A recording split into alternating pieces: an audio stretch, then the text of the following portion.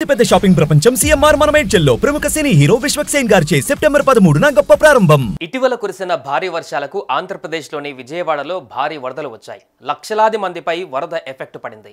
CM Chandrababu సహా మంత్రులందరూ విజయవాడలో ఉండి ఎప్పటికప్పుడు పరిస్థితిని సమీక్షిస్తూ సాధారణ స్థితికి తీసుకువస్తున్నారు. మరోవైపు ప్రభుత్వానికి మద్దతుగా పలువురు విరాళాలు ప్రకటిస్తున్నారు. ఈ క్రమంలో ఓ పాఠశాలకు చెందిన విద్యార్థులు విరాళం ఇచ్చారు. ఇందుకు సంబంధించిన వీడియోను సీఎం చంద్రబాబు షేర్ చేయడంతో వైరల్గా మారింది.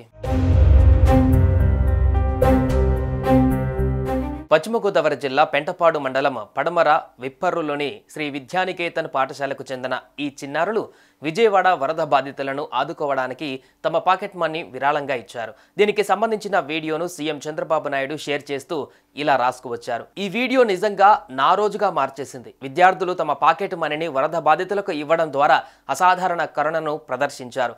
విద్యార్థుల్లో ఇలాంటి ఉదాత్తమైన విలువలను పెంపొందించడం, అవసరమైన వారి పట్ల శ్రద్ధ వహించడం యొక్క ప్రాముఖ్యతను వారికి బోధించడం కోసం పాఠశాల యాజమాన్యాన్ని నేను అభినందిస్తున్నానని చంద్రబాబు ఎక్స్లో పోస్ట్ చేశారు.